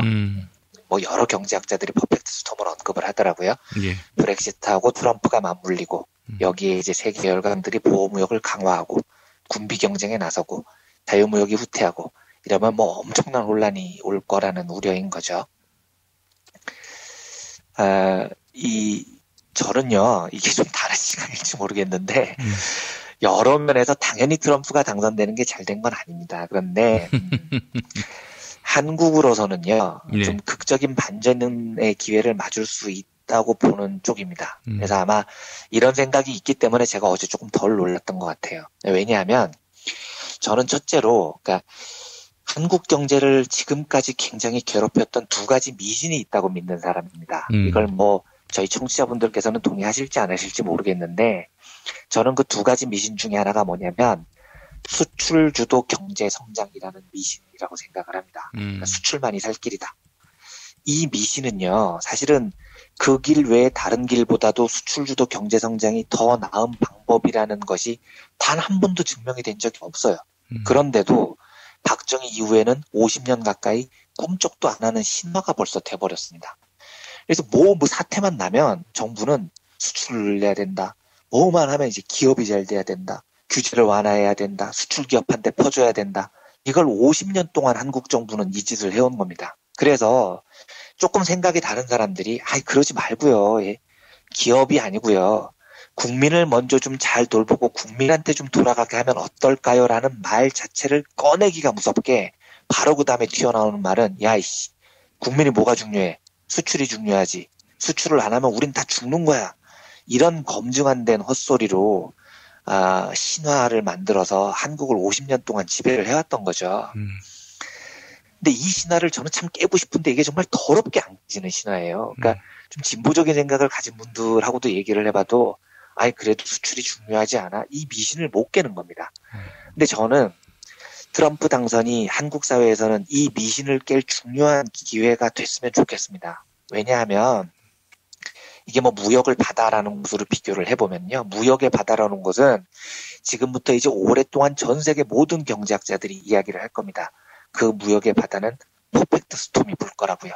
폭풍이 몰아칠 겁니다. 각 나라들이 모두 보호무역의 장벽을 높일 거고요. 자유무역이 모든 나라를 부유하게 한다는 신자유주의 헛소리는 박살이 날 겁니다. 그런데 그 퍼펙트 스톰이 부는 무역의 바다에서 한국이 지금도 그래도 수출만이 살 길이야 그러면서 그 퍼펙트 스톰이 불고 있는 무역의 바다에서 허우적대면요. 우린 그냥 죽는 겁니다. 열강들이 보호무역 하는데 거기다 대고 수출 주도 성장하겠다면서 세제 혜택, 각종 혜택 이거 수출 기업들한테 다 퍼다 줘 보십시오. 별일이 아니거든요. 벌써 트럼프는 중국산 수입품에 관세를 45%나 때리겠다고 엄포를 놓고 있어요. 그리고 달러를 엄청나게 약하게 만들 겁니다. 자기들 수출 많이 하겠다는 거죠. 저기다 대고 수출 늘려야 된다고 삼성하고 현대차한테 막 퍼준다고요? 될 일이 아닌 겁니다. 퍼펙트 스톰에서 허우적대봐야 침몰하는 방법밖에 없는 겁니다. 저는 지금이야말로 수출만이 살 길이다 이런 미신을 깨고요. 내수 중심의 자립경제 기반을 마련해야 될 때라고 생각을 합니다. 그리고 이 이데올로기를 국민들한테 설득할 터전이 마련이 된 겁니다. 제가 가지고 있는 두 번째 미신이, 이건 오해를 하지 말고 들으십시오. 저는 반미주의자가 아닙니다. 그리고 물론 친미주의자도 아니고요. 미국은 그냥 무역 대상국이고 외교 대상국이라고 생각하는 사람일 뿐입니다. 그런데 한국 경제의 뿌리 깊은 두 번째 미신 중에 하나가 뭐냐면, 미국이 한국을 버리면 한국 경제는 죽는다, 이런 미신이 너무 강합니다. 근데 실제로 수출을 보면 전혀 아니에요. 지금 한국이 수출 비중을 보면 대중국 수출 비중이 한 25% 되거든요. 이걸 이제 홍콩까지 포함하면 중화권 수출 비중이 한 31%나 됩니다. 우리나라 전체 수출에서요. 예. 그런데 미국은 우리나라 수출 비중이 11%밖에 안 돼요. 그러니까 중국, 홍콩 합친 거의 3분의 1 수준인 겁니다. 무역면에서 보면 지금 미국이 트럼프가 돼서 엄청난 재앙이 닥칠 것 같지만, 사실 더 위험한 것은 사드 배치를 한 거죠. 중국이 훨씬 더 우리 한국의 위협적인 존재가 돼버리는 겁니다. 아마 이제 트럼프가 한국에다가 여러 지랄을 하겠죠. 주한미군 철수하겠다고 협박을 하면서 돈을 더 내라고 할 거고요. 사드 배치도 니들 돈으로 사라고 할 거고요. 이런 상황에서 우리나라가요, 리포트 대사한테 고양이 고기 갖다 바치고요. 여당 대표가 주한미군 사령관 업고 다니고요. 예. 이런 사대주의 발상을 갖고 있으면은요, 우리는 그냥 미국한테 엎혀서 말려 죽는 겁니다. 어휴, 미국이 우리 운해 국가예요. 미국이 버리면 한국 경제가 죽는 거예요. 이러고 있으면 트럼프 와가지고 돈 내나 할 때 다 뜯겨버리는 겁니다. 우리나라는 그럴 때 진짜 망해버리는 거죠. 간단하게 생각을 해보면, 다시 말씀드리지만, 트럼프 당선보다 한국 경제의 더 큰 위협은 사드 배치입니다. 중국 수출 비중은 31%라니까요. 미국은 11%밖에 안 됩니다. 이제 정말로 대한민국은요, 냉정하게 트럼프가 한국에 가서 돈 내나 이 지랄을 할 텐데, 이제야말로 우리는 미국 중심의 사고방식을 버리고 냉정하게 중국과 미국, 동북아 질서, 무역 이런 것들을 볼 수 있는 계기를 저는 마련할 수 있을 거라고 봅니다. 지금 정말 우리에게 필요한 건 국익을 최우선으로 중립 외교와 내수 중심의 자립경제의 터전을 닦을 의지와 능력이 있는 정부를 만드는 겁니다. 그렇죠. 이걸 제가 아주 2월 달쯤에 제가 한번 농담을 한번 드린 적이 있었는데, 기억을 못 하실 것 같지만 한번 상상을 해보십시오. 네. 트럼프 미국 대통령과 김무성 한국 대통령, 이 조합을 한번 상상을 해보세요. 네. 이거 진짜 골 때리는 겁니다, 이거는. 네. 미국이라면 뭐 군인도 업고 다니는 김무성 대통령과 한국을 졸로 보고 최대한 돈 뜯어내려는 트럼프 미국 대통령과 이 조합이면은요, 속된 말로 한국은 진짜 엿되는 겁니다. 트럼프가 협박할 때마다 국부가 줄줄이 새는 거죠. 더구나 중국한테는 왕따 당해서 동북아에서 얻을 수 있는 무역 이익은 다 날리는 거고요. 트럼프 대통령, 한국 김종인 대통령 조합, 요거 한번 생각해 보십시오. 이것도 골 때리는 겁니다. 예, 이것도 골 때리는 겁니다. 김무성 조합하고 다른 게 뭐가 있습니까? 조금만 멋있고 합리적인 보수여서 이미지 좋은 사람 한번 대볼까요? 트럼프 미국 대통령, 유승민 한국 대통령 조합. 이거 생각해 보십시오. 이것도 골 때리는 겁니다. 유승민 의원 사드 배치가 자기 철학이라면서요. 이것도 골 때리는 겁니다. 트럼프 대통령, 반기문 대통령 조합. 어떤 조합을 다 갖다 대보십시오. 지금 보수의 탈을 쓴 한국에서 친미 4대의 사상을 가진 사람들을 다 끼워 놓아보세요. 트럼프한테 발표먹기 딱 좋은 시대가 왔습니다. 다시 말씀드리지만 저는 반미주의자가 아닙니다. 친미주의자도 아니에요. 미국은 단지 우리 국익을 극대화하기 위한 외교 대상입니다. 그런데 제가 한 가지 장담합니다. 지금 한국은 친미주의가 들어서는 순간 죽습니다. 트럼프 저 깡패한테 다 뜯길 겁니다. 퍼펙트 스톰 안에서 침몰할 겁니다. 트럼프가 당선되면서 보호무역 시스템이 강화될 것은 뻔하고요. 그러면 이 문제를 해결하는 아주 현실적인 해법은요, 동북아 무역 블록을 강화하는 방법밖에 없습니다. 그러니까 미국도, 영국도, EU도 이런 거대 블록들이 다 보호무역을 강화한다면 원칙적으로는 우린 그걸 기회로 삼아서 자립적 경제 시스템을 구축한다. 이 원칙을 가지고요. 그런데 이 원칙을 현실화시키기 위해서는 사실은 외교적인 힘이 필요합니다. 이걸 혼자서 할 수는 없는 거예요. 혼자서 나대다가는 모난정이 돌맞는다고 국제 시스템 아래에서 갑자기 외톨이가 될 가능성이 높으니까요. 그러면 경제적인 해법은 중국이나 북한 같은 기존에 적대시했던 새로운 경제 블록하고 개방하고 연대를 통해서 서구 강대국들이 보호무역을 하면서 한국을 막 깨려고 할 때 그 충격을 동북아에서 최대한 흡수를 해야 되는 겁니다. 그러니까 이 말은 급변하는 세계 정세에서 한국 경제를 살리기 위한 굉장히 중요한 건 유연한 외교 국방 정책이 필수라는 이야기입니다. 뭐 남북 평화 중심으로 미국의 주한미군 철수 압박을 배짱 있게 버텨낼 정부가 필요합니다. 그러니까 트럼프는 주한미군을 철수하겠다는 게 목적이 아니라 돈을 더 받겠다는 것일 텐데 우리는 여기에 남북 평화라는 테마로 맞설 수 있는 배짱이 필요한 거죠. 그리고 미국의 보호무역은 지금 기업들에게 지원해주는 퍼다주는 저 많은 돈을 국민들에게 나눠줌으로써 내수 중심 경제 시스템을 마련해서 일면 극복해내고 또 대중국 수출을 늘리면서 동북아 무역 블록을 강화하면서 버텨내 나가는 겁니다. 그러면 우리가 이렇게 버틸 수만 있으면 한국 경제는 저는 오히려 큰 기회를 맞을 수도 있다고 생각합니다. 왜냐하면 세계가 신자유주의 종말에 엄청 당황한 거죠. 그래서 영국은 브렉시트를 하고 미국은 트럼프 같은 또라이를 뽑고 얘네들이 당황하니까 이런 황당한 역사의 퇴행을 겪는데 뭐 불행인지 다행인지 모르겠지만 우리는 설치류 정권도 5년 동안 겪어봤고요. 무당 정권도 4년이나 미리 겪어봤거든요. 그러니까 쟤네들이 겪어본 걸 벌써 우리는 9년 동안 미리 겪어본 거예요. 유감없이 뭐 경험해봤죠. 그렇죠. 정말 우리는 뼈저리게 경험을 해봤지 않습니까? 예. 그러니까 이 신자유주의의 몰락이라는 혼란이 한국에서 극우 보수로 갈 확률이 상당히 낮아졌습니다. 매를 먼저 심하게 두드려 맞아 본 겁니다. 우리는요. 그러면 이제 우리는 잘 건설하면 됩니다. 이 잘 건설한다는 말은 하루빨리 무당 정권을 내리고요. 외교에서는 균형 외교를 할 수 있는 배짱 있는 지도자, 경제에서는 수출 주도가 아니라 소득 주도 내수 중심의 경제, 그리고 재벌에 돌아갈 혜택을 국민들에게 돌려줄 수 있는 지혜로운 지도자, 이 지도자를 세우면 되는 겁니다. 제가 뭐 기승전 민중 총궐기 대회에 말씀드려서 죄송하지만 이번 주말에 우리가 정말 많이 모여야 될 중요한 이유가 또 하나 저는 생겼다고 생각을 합니다. 예. 트럼프 당선을 계기로 우리도 굉장히 중요한 기로에 섰는데요. 더 많은 분들이 모여서 박근혜 타도를 외치고 박근혜를 내리고 더 현명한 지도자를 우리가 뽑는다면 우리는 미국이나 영국이 겪은 혼란보다도 훨씬 더 앞서 나가서 이 신자유주의의 몰락에 맞서서 복지국가의 기틀을 닦을 수 있다고 생각을 합니다. 많이 모여야 됩니다. 주말에 시간들 많이 내주셔서 서울광장에 많이 모여주셨으면 좋겠습니다. 예. 한 100만이 모이면은 뭐 박근혜 씨는 견딜 수가 없을 거예요. 버티기 힘들 거고요. 예. 200만 모이면 뭐 그 즉시 이제 하야할 것이고요. 예. 참 다행인 것이 국민에게 선택지가 있다는 점입니다. 선택지를 잘 활용해야 되겠습니다. 자, 이완배 기자님 말씀 잘 들었습니다. 네, 감사합니다.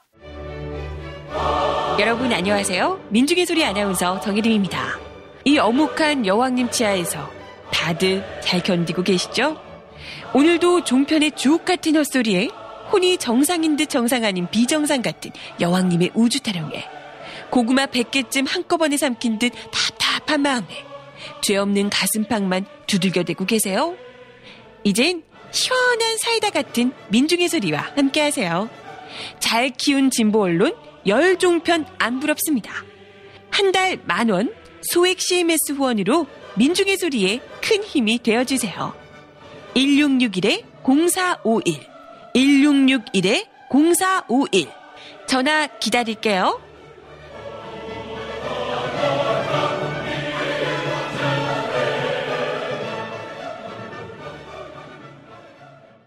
살다 보면 꽃 주문할 일이 생깁니다. 1566-0263 네이버에서 검색된 사이트보다 최대 2만원 싸게 해드립니다. 좋은 사람과 플라워 1566-0263 잊지 마세요. 건강식품의 지존 전복을 택한다면 100% 완도에서 잡은 와우 전복. 네이버에서 와우 전복을 찾으세요. 010-2443-0818 포르투갈 정통의 레시피로 만드는 에그 타르트, 달콤함 그 이상의 감동, 타르트팜 킨텍스점, 일산 전 지역 배달, 단체 주문은 수도권 가능, 문의전화 031-923-2995 검색창에 타르트팜 킨텍스점. 한우 사고를 집어넣고 24시간 팔팔 끓인 곰탕, 연지연 곰탕. 어린이부터 노인까지 누구나 좋아하는 건강식 연지연 곰탕. 택배로 신청하시려면 010-7252-1114.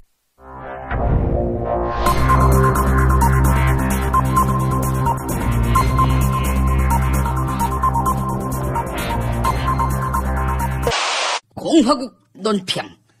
박근혜 동지와의 결혼서를 유포한 구라 대마왕 허경영을 명예훼손으로 구속시켜버린 박근혜 동지께서는 우리나라로 치면 허경영에 불과한 트럼프 따위에게 친 힐러리 클린턴에 대한 강도 높은 국가적 중대 조치를 취하실 계획을 표명하시고 구체적인 공격 방침을 제시하시었다. 경애하는 박근혜 동지의 단호한 결심은 미국의 박영선이라고 불리는 힐러리에 대한 격한 분노의 표시다. 힐러리 클린턴이 패배한 상대방은, 즉 힐러리를 이긴 주인공은 보호무역주의자의 중상주의자인 도널드 트럼프다. 트럼프는 그동안 한국과의 FTA를 없애고 한국 수입품에 대한 관세 폭탄까지 예고했으니 박근혜 동지가 말아먹어서 위태위태한 한국 경제를 도탄에 빠뜨리게 할 것이 분명하다. 또한 트럼프는 주한미군 철수도 주장했으니 안보 위기를 느낀 외국인 투자자들은 국내에 투자한 500조 원을 모두 회수해 갈 것이다. 기억하는가?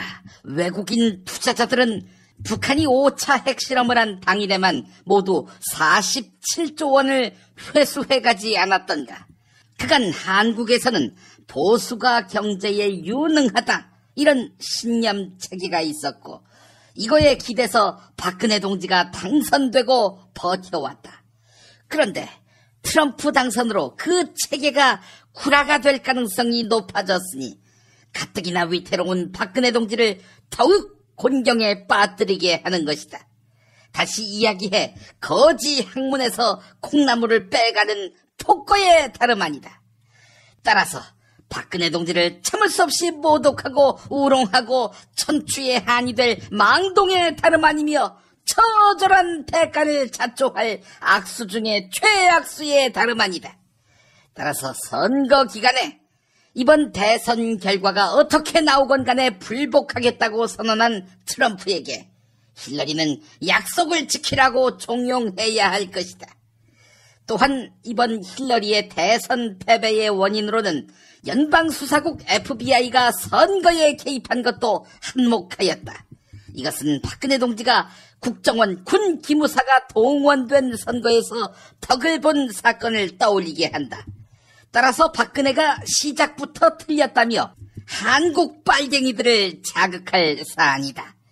FBI에게 질질 끌려다닌 힐러리의 이 같은 소극적 자세는 박근혜 동지를 곤경에 빠뜨리기 위한 목적이 있는 것은 아닌지 의심된다.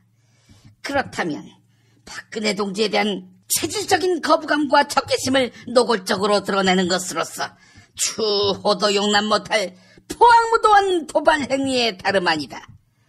이제라도 힐러리는 박근혜 동지를 찾아와 참회의 눈물을 흘리며 온갖 불륜, 온갖 성추행을 범했음에도 죽을 때까지 행복하게 살았던 최태민의 노하우가 궁금하다. 남편 클린턴은 왜 최태민처럼 못 살았는지 참담하다. 또 트럼프처럼 세기의 플레이보이로 사는 것이 옳은 것은 아니었나.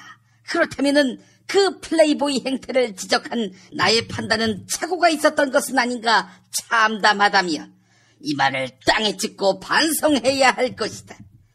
아울러 힐러리는 1994년 1차 북핵 위기 때 남편 빌 클린턴이 추진했던 북한 공습을 장소만 바꿔 다시 추진해야 할 것이다.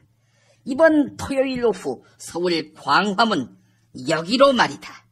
만약 거절할 시에는 박근혜 동지의 치솟는 분노와 경천 동지의 탄압의 불벼락을 피할 수 없게 될 것이다. 오창익 인권연대 사무국장의 경향신문 칼럼 인권, 자유, 행복을 위한 헌정질서가 김용민 브리핑이 선정한 오늘의 칼럼입니다. 소개하겠습니다. 세월호, 가습기 살균제, 메르스, 지진, 북핵 등 안전과 관련한 여러 현안에서 박근혜 정권은 내내 무능했다. 때론 안전에 관심조차 없는 태도로 일관하기도 했다. 국가와 국가 지도자는 아예 존재하지 않는 것처럼 보였고 차라리 없는 게 훨씬 더 안전해 보이는 경우도 많았다. 대통령과 정부만 멀쩡했어도 겪지 않았을 희생이 반복되었다. 그런데도 우리의 안전을 위해 박근혜의 임기를 보장해 줘야 하나? 자유는 극도로 위축됐다. 언론, 출판, 집회, 결사, 표현의 자유가 모두 후퇴했다. 1987년 민주화에도 불구하고 우리는 여태 자유민주적 기본 질서조차 확립하지 못했다. 검찰과 경찰의 힘은 지나치게 커졌다. 온갖 종류의 블랙리스트가 떠돌고 권력에 맹목적으로 충성하지 않으면 대기업마저 좌파로 몰아버린다. 행복은 또 어떤가? 작가 조세희의 말처럼 지금 행복한 사람은 악당 아니면 바보밖에 없는 것 같다. 다들 사는 게 너무 힘들다. 세계에서 가장 적은 시간밖에 못 자고 가장 긴 시간 일하며 가장 늙은 나이까지 일해야 하는 나라.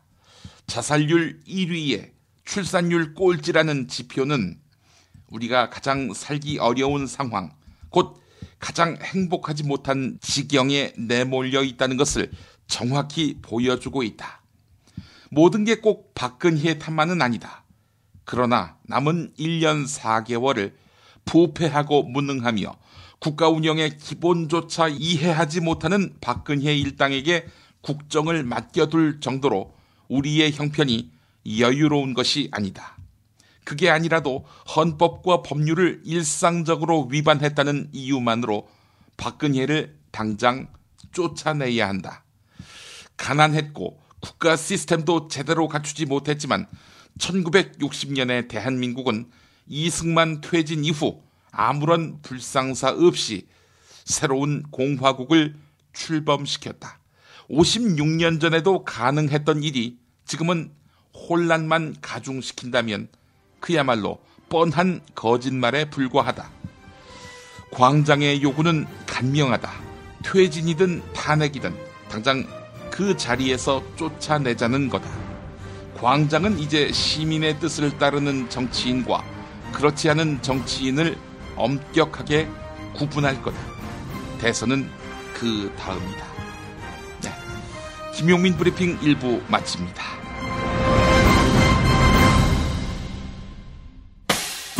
김용민 브리핑과 함께한 시간 어떠셨어요? 다음 시간에도 보다 바르고 알차며 즐거운 정보로 여러분을 찾아가겠습니다. 팟캐스트 포털 팟빵에서 다운로드하기, 구독하기, 별점 주기, 댓글 달기로 응원해주세요. 잊지 마세요. 다운로드하기, 구독하기, 별점 주기, 댓글 달기.